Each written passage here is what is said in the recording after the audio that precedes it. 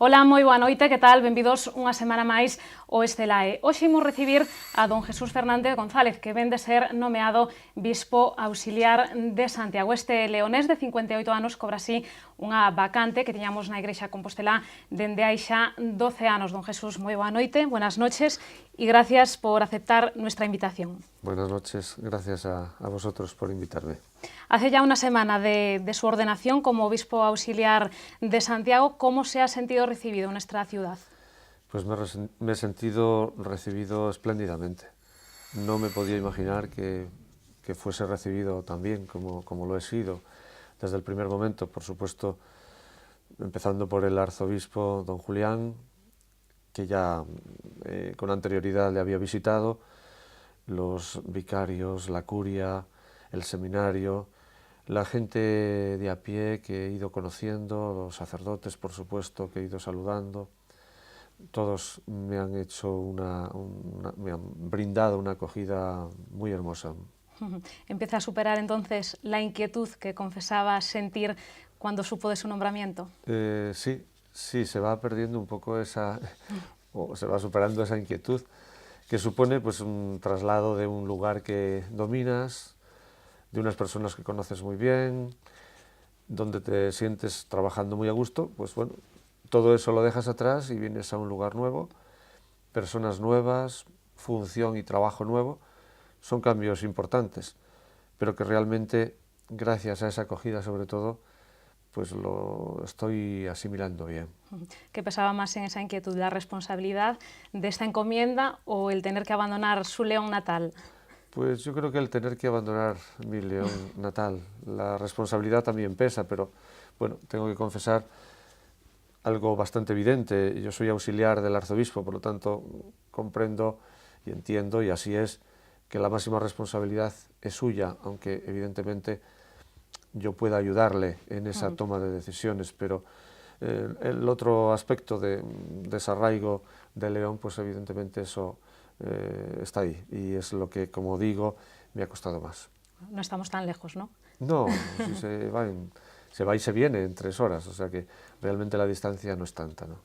Como decía al comienzo, ha sido usted el elegido para un puesto que llevaba vacante muchos años. ¿A qué cree usted que responde esta tardanza en ocupar ese cargo? Pues francamente no puedo responder porque no tengo ni idea cuál ha podido ser la razón. Visto desde fuera sí parece muchos años y conociendo la diócesis, la magnitud y por los datos, sencillamente, ¿no? Porque todavía he viajado poco, he estado en La Coruña, solo fuera de Santiago, La Coruña y algún pueblecito cercano, pero vamos, por los datos es una diócesis muy grande y por lo tanto parece que con bastante trabajo. Pero no sé la razón, evidentemente, de que no haya habido antes un obispo auxiliar.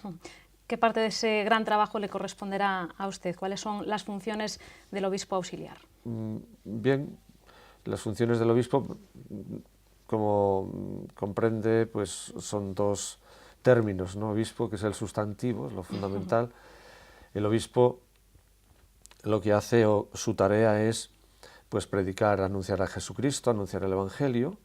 Su tarea es, pues, celebrar la fe con sus hermanos, con los creyentes, estar en los momentos más significativos de su vida cerca y acercarles a Dios. Y es también, pues, regir, digamos, pastorear el pueblo, ¿no? Las comunidades, organizar la marcha de esas comunidades. Bien, eso es lo que hace cualquier pastor, ¿no? Y el obispo, como partícipe del sacerdocio de Cristo y tal, pues tiene ese cometido también. Y como auxiliar, pues la función del obispo, en mi caso, mi función es ayudar a don Julián en su tarea, en ese cometido que antes pues definí con rapidez. Sé que hay algunos puntos importantes que tenemos pendientes, por ejemplo, y que la Iglesia de Compostela está empeñada en ellos, que es el sínodo diocesano, que está todavía en fases iniciales, es una fase en la que sería muy importante que todos tomáramos conciencia de la importancia que puede tener ese sínodo diocesano para conocer la realidad de nuestro mundo, de nuestra región, de nuestra iglesia, de nuestra fe. Conocer la realidad, abrirnos a la palabra de Dios, discernir desde la luz del Espíritu cuáles son los caminos que debemos recorrer en el futuro, para bien de nuestro pueblo, para bien de nuestra iglesia, para bien de todos, y programar y proyectar líneas de trabajo en el futuro. Este campo, por lo tanto, del sínodo va a ser una tarea importante en el futuro. Siempre es importante también otro campo, que es la atención a los sacerdotes. Son los primeros e insustituibles colaboradores de los obispos. Y por lo tanto también la atención a los sacerdotes debe ser y va a ser prioritaria. Y en ello estamos. Yo ya he visitado en estos días pues algunos que están hospitalizados o están en residencia sacerdotal, otra residencia, La Robleda, esta misma mañana. He estado visitándoles, ayer en el seminario menor también. En fin, los sacerdotes, las vocaciones, es otro campo muy importante que tenemos que cultivar. Y, en fin, el contacto con las personas, con las parroquias. El martes estuve en La Coruña, en la parroquia de San Jorge, celebrando la festividad de Nuestra Señora de Lourdes con los enfermos. Bueno, eso también es una tarea, el estar cerca de las personas, conocer sus inquietudes, sus problemas y sentirte en comunión fraterna con ellos. Eso sería un poco líneas fundamentales y prioridades que yo creo que ahora mismo tenemos todos. Decía que ya ha mantenido algunos primeros contactos en esta semana. ¿Qué mensajes ha recibido de estas personas en cuanto pues, a necesidades que tenga la Iglesia compostelana? ¿Cuáles deben ser pues, un poco el camino a seguir en este nuevo encargo que tiene usted? Bueno, el mensaje más importante, yo creo que la gente es tan acogedora, como decía antes, que tampoco me quiere cargar digamos, de responsabilidad ahora al principio. Por lo tanto, los principales mensajes han sido de acogida y de bienvenida, ¿no? Y luego pues van apareciendo algunas cuestiones de atención pastoral, pues algún centro que a lo mejor hay que intensificar la atención a ese lugar, si es posible. Claro, vamos viendo, y esto ya lo voy detectando como es lógico, que el número de sacerdotes decrece y las atenciones pastorales, las necesidades pastorales son muchas. Y entonces ahí hay un reto importante, cómo nos organizamos, cómo gestionamos los recursos humanos, en este caso los sacerdotes o los laicos comprometidos o la vida consagrada, cómo gestionamos los recursos humanos para poder atender a esas necesidades pastorales. Esto se va viendo que es un punto importante, ¿no? Unas necesidades importantes. Pero eso es, Santiago, una excepción. Ollán León percibe esta necesidad de, bueno, pues redoblar esfuerzos, supongo. Sí, por supuesto. Esto, en realidad, yo creo que nos parecemos muchísimo, ¿eh? Las necesidades son muy similares. Hombre, noto que esta diócesis es una diócesis de más fieles, de más movimiento, de más sacerdotes, muchas más parroquias, es decir, más juventud. Tiene unas connotaciones diferentes, claro. Pero los problemas en el fondo se parecen mucho. Decía usted antes de llegar a Santiago que no había tenido demasiado contacto con nuestro arzobispo. ¿Qué tal después de esta primera semana? ¿Qué impresión tiene de Monseñor Julián Barrio? Pues sigue siendo la misma, que es como un padre y un hermano que me ha acogido desde el principio con los brazos abiertos, que me anima, pues me ayuda y me dice que poco a poco pues vaya tomando el pulso a la situación y que caminaremos juntos y en fin, todo lo que le digo, que es efectivamente una acogida estupenda, preciosa. Su lema episcopal es también una declaración de intenciones, ¿no? Evangelizar a los pobres. ¿Por qué esta elección? Bueno, los pobres eran los preferidos del Señor, de Jesús de Nazaret, y alguien que quiere configurarse con Él, es decir, tener la forma de ese buen pastor que es Jesús, pues tiene que también seguir sus pasos, lógicamente, ser su discípulo y tratar de tener sus sentimientos, sus proyectos, sus pensamientos. Por lo tanto, el primer motivo es ese, que la misión de Jesús, como definió él, retomando un texto del profeta Isaías, era esta: anunciar la buena noticia a los pobres. Y por lo tanto, yo me siento honrado en poder participar en esa misión de Jesús, de anunciar la buena noticia a los pobres. Por otra parte, también hay un hecho, que es que cuando recibí la ordenación presbiteral, en las invitaciones también había puesto este texto que siempre me llamó mucho la atención, siempre me entró muy en el corazón, ¿no?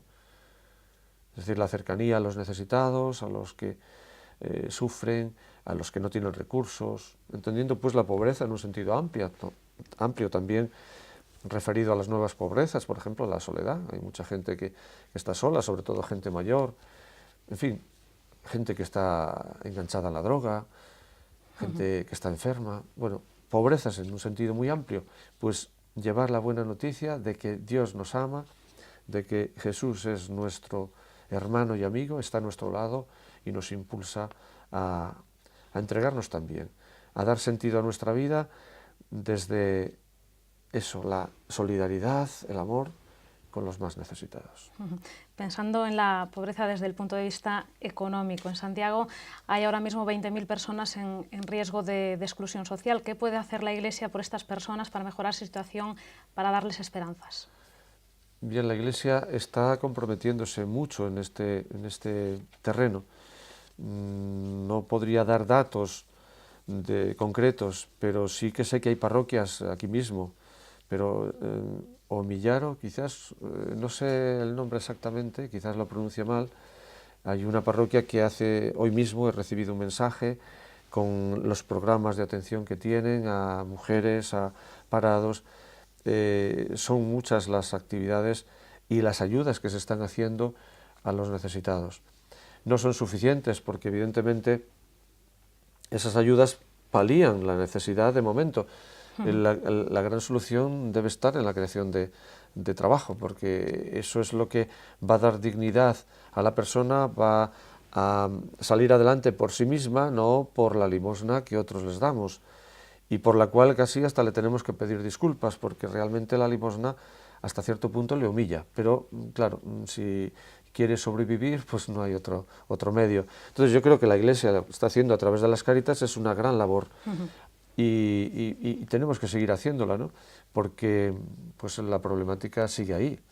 Respecto al trabajo también, a través de Cáritas se van proporcionando trabajo, pero evidentemente esa situación nos desborda. La Iglesia no puede por sí sola hacerlo y se necesita el concurso de los poderes públicos, que son realmente los que tienen esa capacidad para poder hacerlo. Poderes públicos y evidentemente el empresariado, que ciertamente, si es cristiano, yo le haría desde aquí una llamada para que tengan conciencia de que efectivamente la persona vale mucho más que el dinero y por lo tanto es un momento de urgencia social en que hay que atender a esas necesidades por encima de todo. Me recuerdan sus palabras a unas palabras que pronunciaba el Papa Francisco, pues un poco mostrando su preocupación por la situación económica, y decía que no era cristiano ni humano que las familias que no tienen ni para comer tengan que pagar préstamos a los usureros. ¿Comparte esta visión de nuestro Papa? Evidentemente, claro. Es que estar haciendo...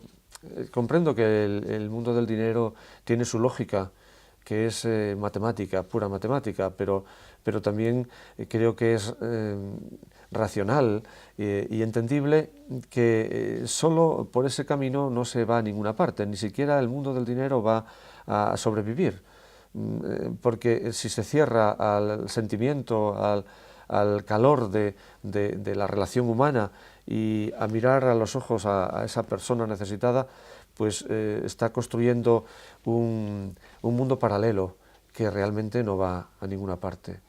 Citaba yo al Papa que cree que ha supuesto para la Iglesia la llegada del Papa Francisco al Vaticano. Yo creo que ha supuesto un impulso importante.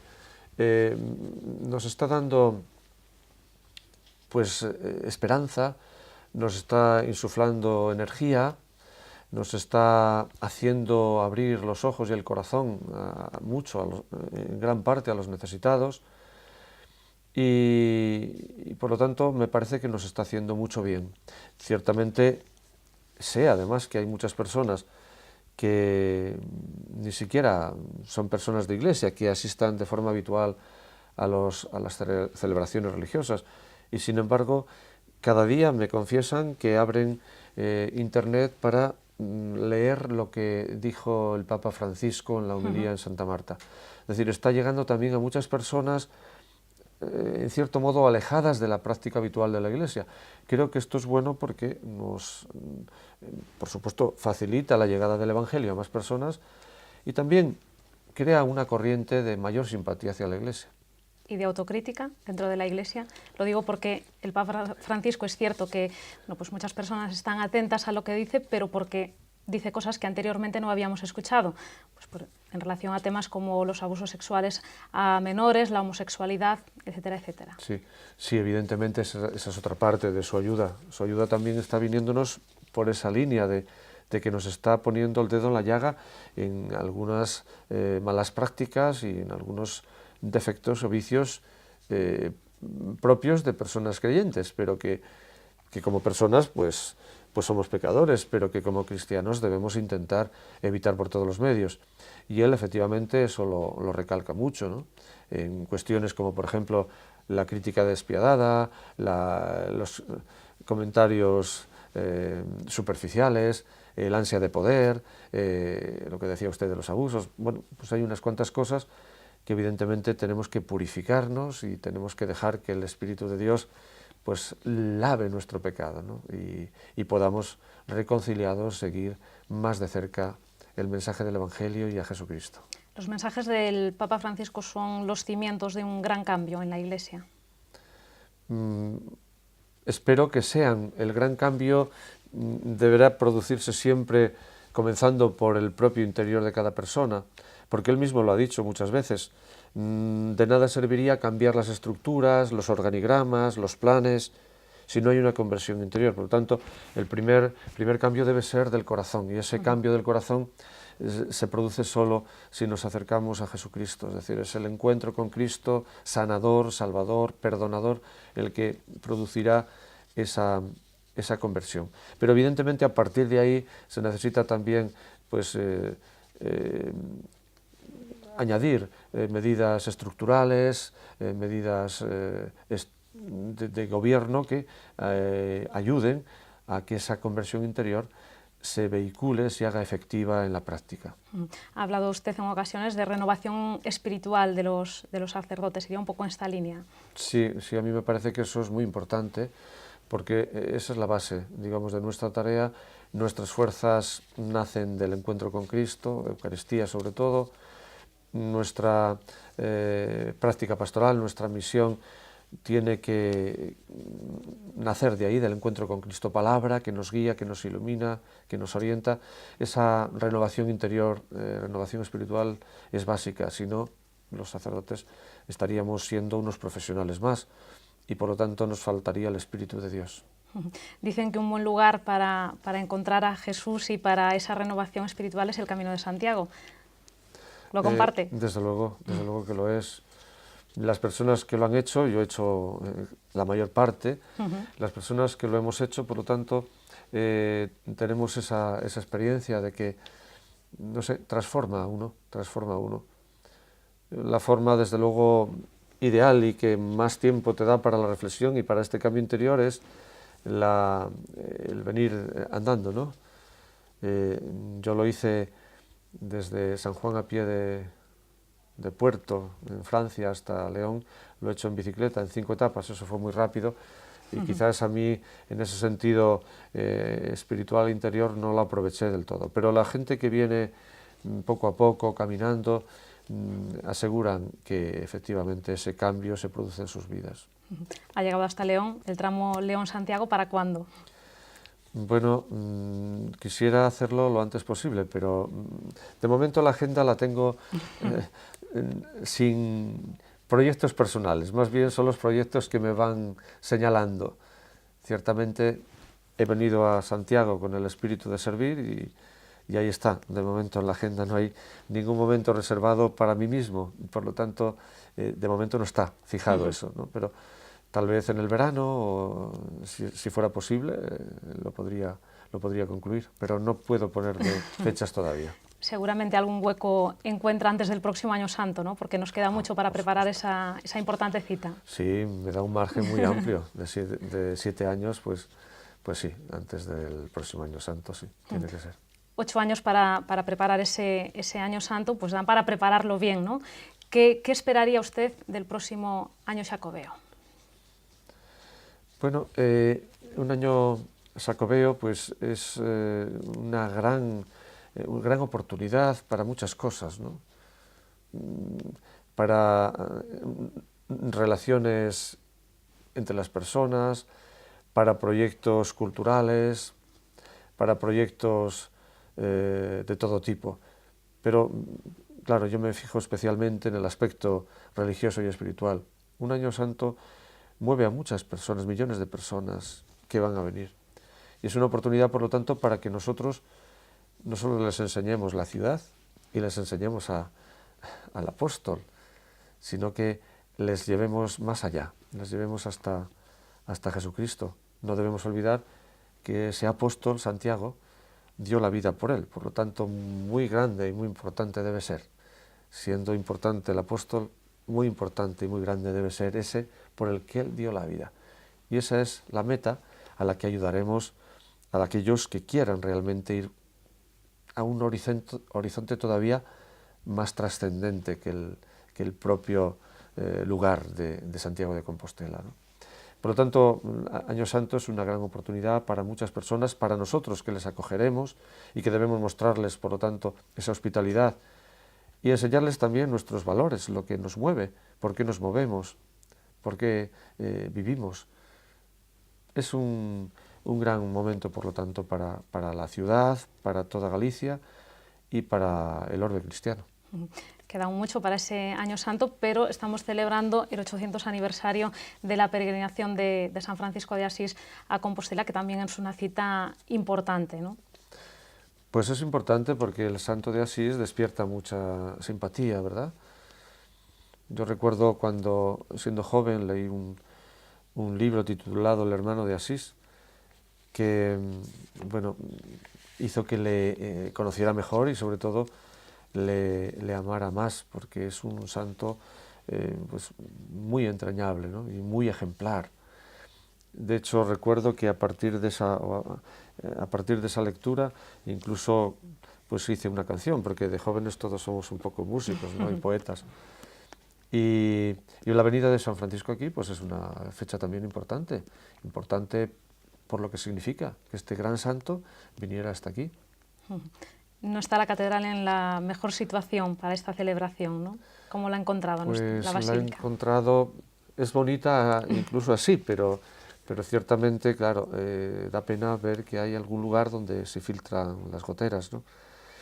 Y últimamente, pues los informes que vamos conociendo, pues claro, nos hacen preocupar porque la obra es importante, pero hay que hacerla y se necesita que todos pongamos algo de nuestra parte para que pueda llevarse adelante, porque bueno, la Catedral de Santiago es el corazón no solo de Santiago y de Galicia, sino de uno de los corazones del mundo cristiano. Y claro, es la casa donde van a ser acogidos todos esos peregrinos que diariamente vienen aquí. Por lo tanto, tenemos que hacer un esfuerzo por conseguir que eso vaya adelante, ¿no? Y el plan director pues, lo prevé las actuaciones, pero hace falta apoyo porque eso supone mucho coste y ciertamente pues, se apela a la generosidad de todos para poder llevarlo adelante. ¿Cómo animaría usted a los compostelanos, a empresas, a particulares a hacer sus aportaciones, sean o no religiosos? Claro. Sí, porque es que realmente, piénsese, en un sentido muy material, el turismo, hablamos ya desde el punto de vista de puramente material y de negocio, se sostiene gracias a eso. Por lo tanto, sencillamente es darse cuenta de que lo que aporta más riqueza material a la ciudad, ya no hablo de lo espiritual, es la Catedral de Santiago. Por eso, aunque uno no fuera creyente, tendría que darse cuenta de que ese es el punto clave y por lo tanto tenemos que cuidarlo, ¿no? En León tenemos, como sabe, la Catedral de León, que es también el edificio emblemático en la ciudad, y este es el planteamiento que siempre hemos tratado de hacer. Es decir, es que si ese edificio no está en condiciones, pues se va al garete todo. Lo que pasa es que muchas veces nos fiamos de que alguien lo hará. Decimos, bueno, yo me pongo un poco para atrás, me arrugo un poco, me escondo y otro lo hará. Bueno, otro lo hará, pero no es tampoco esa la postura, ¿no? Yo creo que hay que dar un paso adelante todos, ¿eh? Como decía, pues tanto los comerciantes como los políticos, por supuesto, como la propia Iglesia. Pero todos tenemos que dar un paso adelante para que esta catedral sea lo que es, un lugar emblemático para todos los peregrinos y que cuando lleguen aquí, pues demos una acogida como se merece. Bueno, tenemos que ir ya terminando esta conversación, pero antes sabemos que es usted un gran aficionado al fútbol y que este fin de semana también tiene cita importante relacionada con este deporte, ¿no? Pues sí, porque viene el equipo en el que, siendo joven, jugué y del que luego he sido capellán durante más de 15 años. Y viene a jugar aquí, en la Cultural y Deportiva Leonesa, viene a jugar con el Compostela. Tengo unas magníficas relaciones con el equipo de León, evidentemente, pero las tengo también ya con el Compostela, porque ayer mismo recibí al responsable de Relaciones Públicas y ya he recibido una invitación para presenciar el partido, incluso para hacer el saque de honor. Por lo tanto, me he sentido también acogido extraordinariamente por la Sociedad Deportiva Compostela, un equipo que, bueno, pues todos hemos tenido simpatía hacia él, desde la etapa en que jugó en Primera División, luego hemos seguido también sus dificultades, que son las dificultades de tantos y tantos equipos, ¿no?, que han ido, digamos, bajando de categoría y que luego es muy difícil sostenerles, pero veo que hay un proyecto, un entusiasmo y un buen trabajo que sin duda dará frutos más pronto que tarde. Sabe usted que en Compostela nos gusta el fútbol, pero últimamente estamos un poco más volcados con el baloncesto, con el Obradoiro. ¿Os animará también a seguir a nuestro club? Pues yo soy aficionado a todos los deportes, sobre todo los grandes deportes. El baloncesto también lo practiqué de joven, aunque no federado, no de forma oficial, pero también algún día iré porque el baloncesto es precioso. Y luego tiene la ventaja de que, como es en un lugar cerrado, pues también no pasas tanto frío ni te mojas. Pero bueno, el fútbol es el deporte rey, no lo olvidemos. No obstante, repito, también el baloncesto lo aprovecharemos y lo visitaremos en alguna ocasión. Bueno, pues, don Jesús, se nos acaba el tiempo. Muchísimas gracias por acompañarnos hoy en Correo Televisión. Esperemos que no sea la última conversación, porque todavía quedan muchos temas sobre los que hablar. A su disposición quedo para lo que necesiten. Muchísimas gracias. Gracias. Pois ata aquí chegou o Estelae de hoxe. Poden seguir vostedes pendentes de toda a información a través de calquera dos outros medios do Grupo Correo Gallego. Nos volvemos o vindeiro venres con un novo Estelae. Esperemos que xa con Susana López recuperada das súas doenzas. Seguirá tamén a información a partir do próximo luns, ás 8:15 da tarde. Xa saben, moitísimas grazas pola súa atención.